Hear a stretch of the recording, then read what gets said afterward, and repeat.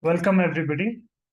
Today, I'll be sharing with you on how to naturally improve your sleep and how to identify factors which might be contributing uh, to your bad sleep cycle.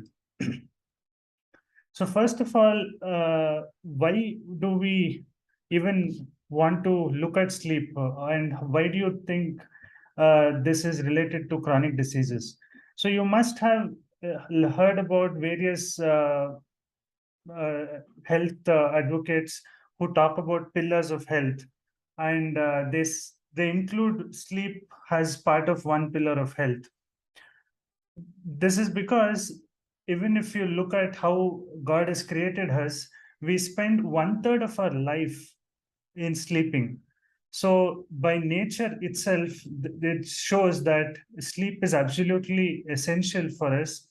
And you might be able to stay without food, you might be able to stay without water for 3 4 days, but it's impossible to stay without sleep and remain healthy or stay away from chronic diseases. The sleep has shown to be linked to various chronic diseases and cancers also.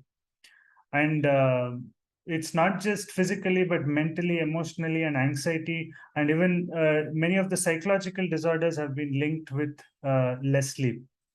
So during sleep, your body actually restores itself. The lymphatics in the brain are functioning well, and the detox of the brain is happening during sleep only. And the hormonal system also has a circadian rhythm. They get replenished and balanced, and they get rest when we sleep. And even when you look at the memories, many of the good memories or muscle memories actually get locked in the brain, and you are able to stay with the muscle memory for longer time only when you have adequate sleep. Otherwise, what you learn in the day, you will not remember the next day if you don't have adequate sleep. And many people who struggle with weight loss issues, they will be doing everything possible, exercise, diet, and optimal lifestyle, optimal nutrition. But they only reason, I have seen many people, because they're stressed with their work and they lose their sleep and they sacrifice sleep to exercise. That is why many people don't lose weight also. And your mental and emotional functions improve, and sleep is absolutely important for the immune function. It's one of the main factors for the immune system to function properly. So, the first thing you need to do to optimize your sleep is to avoid stimulants. So, stimulants can be to any of the senses. I will be covering all the senses stimulants in this presentation. But uh, let's start with oral stimulants. So, alcohol is one of the important things which you need to absolutely avoid. Uh, Many people say that they feel sleepy after alcohol, or they actually have alcohol to improve their quality of sleep. But what exactly happens is the alcohol is acting like a sedative, it's acting like a anesthetic, and it's not actually improving the quality of the sleep. And in the next day, you may the sleep duration would have increased, but the quality would not have increased. So it's very important to avoid alcohol 3 hours before bedtime. And also nasal decongestant medications at night might reduce the sleep quality. And some medications for chronic diseases like BP medicines and corticosteroids, they're all given in the morning because they interfere with sleep.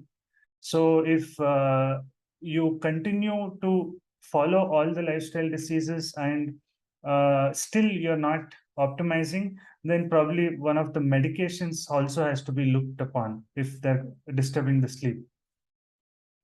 And another major stimulant in our lifestyle is coffee and caffeine. Any beverages which has caffeine, like soda, Coca-Cola, tea, coffee, and even chocolate to a certain extent. So these caffeine actually stays in the body for about 6 to 8 hours. So if you're having at 2 p.m., then up to 8 p.m. or 10 p.m., caffeine is still having an impact on the body. You might feel the high of caffeine for about 4 or 5 hours, and then you may not feel it, but it actually stays and it will not allow the melatonin production to optimize for completely for about 6 to 8 hours. So ideally, you should not be having caffeine after 2 p.m. So evening coffee and evening tea is something we should stop. And green tea is preferable, better than regular coffee and regular tea. And if you're sensitive to caffeine, that is, if you feel caffeine works as a very good stimulant for you, then avoiding it after 12 p.m. itself is ideal. So next stimulant is the mental stimulant. So we need to avoid any kind of emotional or mental stimulant at night before going to bed. Watching news, which news is really dramatized these days, and all the negative news, criminal news is more at night. So that also disturbs us emotionally and mentally and reduces the sleep quality. And reading anything stimulating or exciting, like exciting novels before bed, also can still reduce the sleep. So ideally, the best thing to read are spiritual books before sleeping, and the best way to read is a physical book instead of a electronic device. And for some people, bills also may be creating anxiety, because when we are not financially sound, anything to do with paying or anything to do with finance might cause anxiety. So you should avoid that also. And any argument with friends, family, or office members should be avoided before bedtime. So at least 3 hours before bedtime, you should plan to finish all these things and your conversations and stimulants. So another thing, what will happen when we are used to not sleeping optimally is we program our mind and tell ourselves that our sleep quality is bad, our sleep quality is bad. So that is something we should avoid. We should not overthink or exaggerate unpleasant emotions. And also, the phone and social media is a real disturbance these days, whether it is a primary school kid or it is an elderly person. Everybody is busy in social media before sleep. So that is something we should absolutely stop at least 2 hours before sleeping. So what you can do to reduce this is you engage yourself in positive talk, and you tell yourself that you can fall asleep and you can relax, and any amount of sleep is fine for you.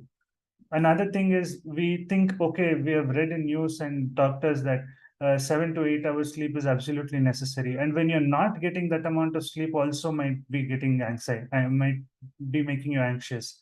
So that is why you should engage yourself in positive talk and convince yourself that any amount of sleep is okay. Then you will calm down and your sleep also will improve.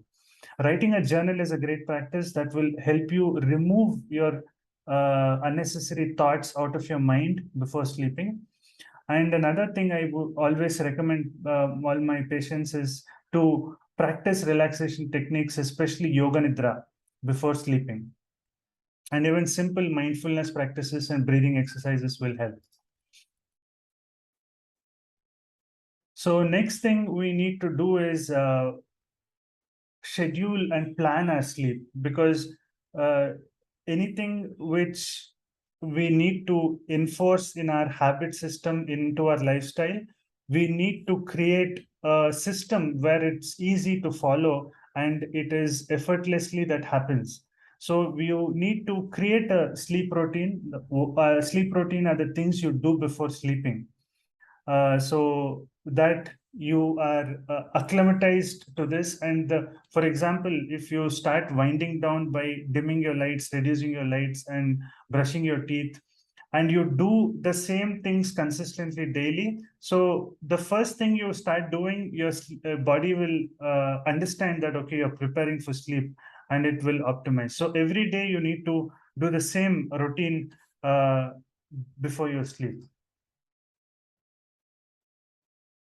So some things to make sure that's not happening are late afternoon or evening naps, which are more than 45 minutes. So for a if you feel tired in the afternoon and you want to rest, then between 15 to 20-minute naps are ideal.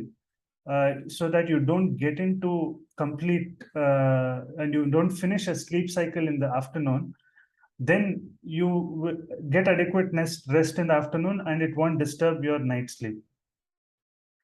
Large meals or spicy food before bed is something you should avoid absolutely. And you should give at least about 2 to 3 hours gap between your meals and your bedtime. And midnight sleeping, starting your sleep after 12 a.m. is also not good. That's why it's good to sleep and wake up same time every day. And some people also have a habit of drinking a lot of water before sleeping. So what happens is it will wake you up when you want to go to the bathroom. And in the bathroom, if you have bright light, that will completely wake you up and you will have difficulty going back to sleep. So drink less water, preferably not more than a glass of water. So another thing what helps you to improve your sleep quality is taking hot aromatherapy bath, uh, which will increase your body temperature before sleep. So that relaxes your muscles and also reduces tension. Uh, to that bath, you can add about 1 to 2 cups of Epsom salt, which is magnesium sulfate. And you can also add baking soda, and you can add few drops of lavender oil. So lavender oil relaxes the mind through aromatherapy. And also the Epsom salt is magnesium sulfate, which can get absorbed through the skin. And that causes vasodilation. It increases the circumference of our blood vessels. It relaxes our mind and it relaxes our muscles. So that improves the sleep quality significantly. So some more strategies you can use are you can read a neutral book under low light. So make sure if you're reading a book before sleeping, you don't have bright light and white light. Yellow light is preferable, and you don't spend more than 20 to 30 minutes in the bed trying to fall asleep. So if you're not falling asleep within 20 to 30 minutes, you do one of these activities like reading spiritual books or meditation or breathing exercises or yoga nidra. So the more time you spend in your thoughts, you may end up taking more time to fall asleep. And also another very bad habit which we have today is once we don't fall asleep in 10-15 minutes, we open our phone and start browsing the net and watching something. That also reduces the melatonin secretion. So the next stimulant is with the nose and the mouth. So what happens today, especially in cosmopolitan cities, are there's a lot of pollution from coming from the window itself, and also we have a lot of wooden furniture. Uh, when there is not enough ventilation and sun entering the room, there can be mold which you may not recognize. And also, if your walls have some water leakage, even if it has happened in the past, then there might be some mold which you haven't really noticed. And this mold actually produces mycotoxins which get circulated in the air, and that creates chronic inflammation in the body. So if you feel you are uh, air quality in the room or is compromised, if you feel there is a lot of pollution, it's ideal to use a HEPA filter. So HEPA filter is not easily available in all electronic stores. You have to specifically ask for the many air purifiers sold in India which don't have HEPA filter and may not be doing a good job. So HEPA filters are usually slightly more expensive, but it's worth it when you feel that the air quality in your bedroom is impacting the sleep. Another thing to do is if you feel your nose is blocked, then you can take a nasal spray, a saline spray before sleeping. And also, it's very important to make sure that you are not mouth breathing and you're breathing through the nose only. Next stimulant we have is for the eyes, and that is the light. So evolutionary, if you look at our evolution, we have discovered artificial light, not it's not been a lot of time since we have discovered artificial light. So the major part of our evolution as human beings, we have spent as cavemen, where we follow the sun. So when the sun is up, we work, and once the sun sets, we only have fire as light, and then we go back to our resting time. So the white light or blue light will actually suppress the main hormone or the amino acid in our body, which is responsible for sleep, which is melatonin. So if the white light is today we have sources of white light all the time. Until we close our eyes, we have our lights, we have our screens, we have phones, computers, everything is emitting light, especially the blue light. So this blue light has to reduce at least 2 hours before you go to sleep. So if that doesn't happen, then your melatonin secretion is not optimal in the body. So if you have to go to the bathroom at night when you wake up, it's ideal to have a red light or a yellow light to go to the bathroom. And you also ideally have to decrease the light as much as possible in the room, even before you go to sleep.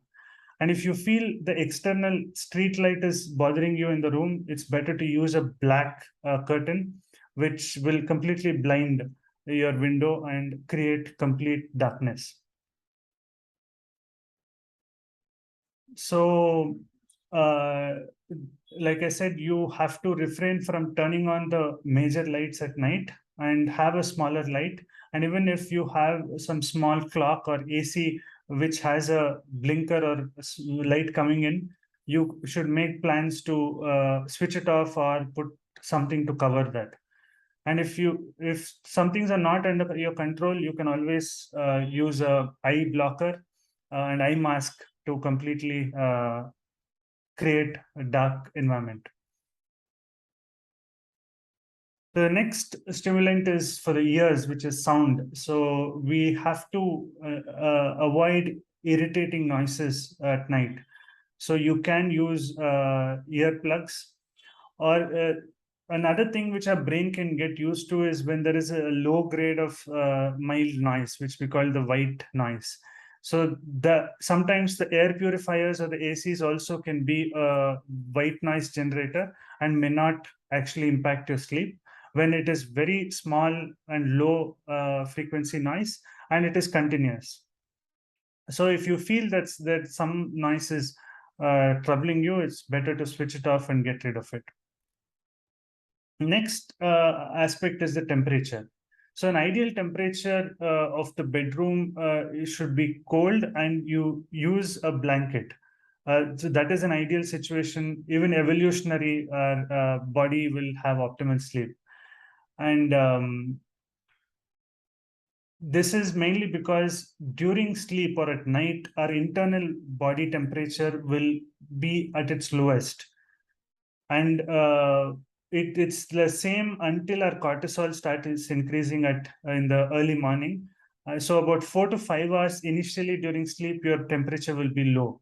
So it's ideal if you maintain that also in your room temperature for optimal sleep. The next aspect, which is a part of our current civilization and the industrial world, is the electromagnetic frequencies. So we are exposed all the time to electromagnetic frequencies. If Especially in cosmopolitan cities with 5G network, where it's exponentially the electromagnetic frequency exposure has increased now. So we should not further increase that in our house. So what are the major EMF emitters in the house? One is the Wi-Fi. So if you have a Wi-Fi router in the house, you have to switch it off when you sleep. Especially when you have it in your bedroom, you should absolutely switch it off when you sleep. And any other wireless electronic devices like your phone, computer, iPad, and even smart speakers should all stay at least 5 feet away from your bed. So preferably keep your table about 5 feet away from your bed and keep all the electronic gadgets there. And this EMF directly hampers your production of melatonin and serotonin, which are the principal in hormones for our sleep optimization. And if you're in the West, what has become popular is to use an electric bed to optimize the heat, because in cold countries they have an electric bed which keeps them warm. That also emits a lot of electromagnetic frequencies. So it's better to avoid that also if you want to optimize your sleep. And there are some grounding mattresses which you have to connect it to your grounding plug in a mattress which is connected to a grounding plug. So that actually decreases the positive ions in the body, which has been accumulated with a lot of electromagnetic frequency exposure. So that has shown with many studies that it improves the sleep quality. That's not easily available in India yet, but I'm just letting you know how important it is to reduce the effect of EMF. So another very good way to reduce EMF effect is by walking barefoot on grass and ground during the day. That also makes you grounded and decreases the positive ions in the body. Like I already mentioned, screen time is something which is extremely important to, and this is the main reason why insomnia or difficulty in sleep has become an epidemic in our world today. So the screen is actually, which it'll make our brain think it is still daytime, and it will then the brain will optimize all the hormones required for daytime and reduce the hormones which you need for the night. So some of the ways you can reduce this is by having some apps which will reduce the white light. First thing is, it's absolutely, if you can stop screen time, it's the best at least 2 hours before sleeping. But if you absolutely cannot stop, then there are apps. For Apple and Android these days, there is automatic inbuilt mode in the phone called the night mode, which is called in Apple, which reduces the white light significantly. And in Android, there are apps available to reduce the white light and make the screen a little yellow and orange. And if you're using a computer, I would recommend you to install a software called Flux, which is f.lux. So this software will optimize, and you can schedule in your software to, as soon as the sunset happens after 7 p.m., to switch to yellow light in the screen and reduce the blue light.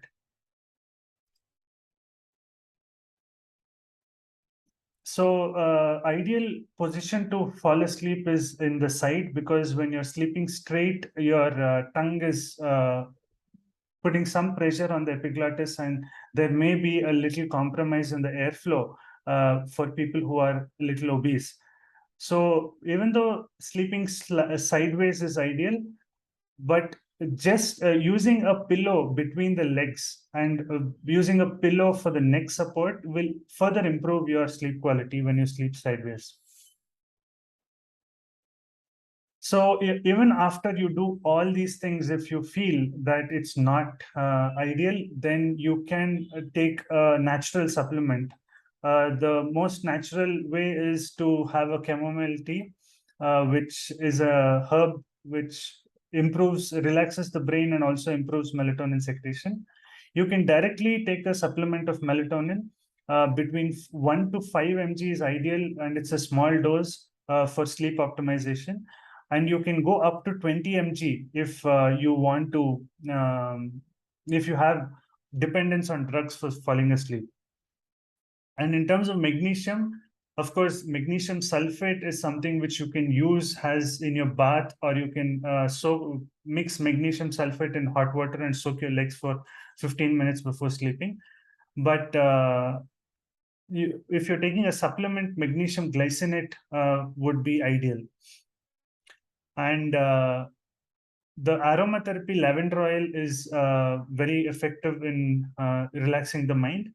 And these days, there are oils with the mixture of CBD, which is a part of cannabis, with lavender oil, which is available as oils for local application. You can apply on your palms and feet, which also improve the quality of your sleep.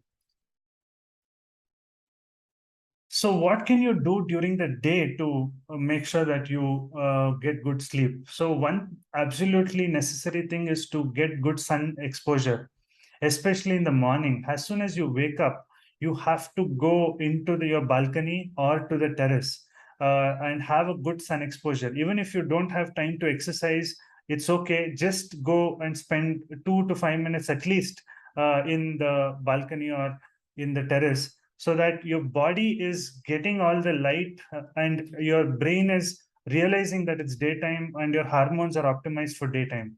Once that happens, then naturally those hormones will start reducing in the night, and then the sleep hormones will start working after 12 hours. And exercise is absolutely important. When you're in the daytime, if you exercise, it's not ideal to exercise just before sleep, because that also to a certain extent increases your stress hormones and reduces the quality of sleep. So if you're exercising in the daytime, then that impacts and improves your sleep quality. And your liquids majority has to be in the daytime. Maximum should be when you wake up, and then a little throughout the day. And before sleeping should be confined to 100 to 200 ml maximum, not more than that. So if you want to sleep, if you want to track, I would recommend simple apps which are available in the both Android and iPhone. One app I would suggest is called Sleep Cycle. So this sleep cycle can also uses data from your wearable. And even if you don't have a wearable, it will, if you keep the phone close to you, of course, it's not ideal to keep the phone, but if you have to measure your sleep, you can consider using the app for 1 or 3 days, where the app will measure your sounds you produce at night. It will see if you're snoring at night, and if it will also look at your breathing rate, and also calculate your heart rate variability. There are variables these days. The high-end watches all have a good sleep trackers, whether it's Android or Apple. And also there are rings available. The most famous ring was started in US called the Aura ring. Now we have a ring called Ultra Human ring in India, which can measure your heart rate variability throughout the night and measure your heart rate. And that also helps us bring awareness to what is the quality of sleep. But ideally, way to measure all this is to do a sleep study. The sleep study is usually happens with various equipment. It will measure your sweat, it will measure your heart rate, breathing rate, heart rate variability. And certain sleep studies also measure the EEG of the brain. So that usually happens with equipment in the hospital, or they can fit it in the house also. So that's the best way to measure sleep and get an idea if something is going wrong with our sleep. And one more very important I did not mention in the presentation is to evaluate your ear, nose, and throat. So if your ear, nose, and throat have any kind of infection, chronic sinus problems, or chronic throat infections, and the ear is blocked, it has some infection, then that also can impact your breathing pattern, and it can impact your sleep. So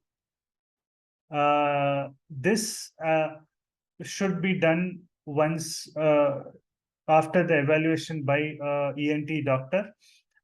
So if all that is normal, then you can go ahead and confidently stay with just these lifestyle practices. But if any of that is abnormal and you're snoring, then it's better to properly evaluate your nose, ear, and throat before just following these lifestyle and changes. Thank you so much for listening. I will now open the room for discussion.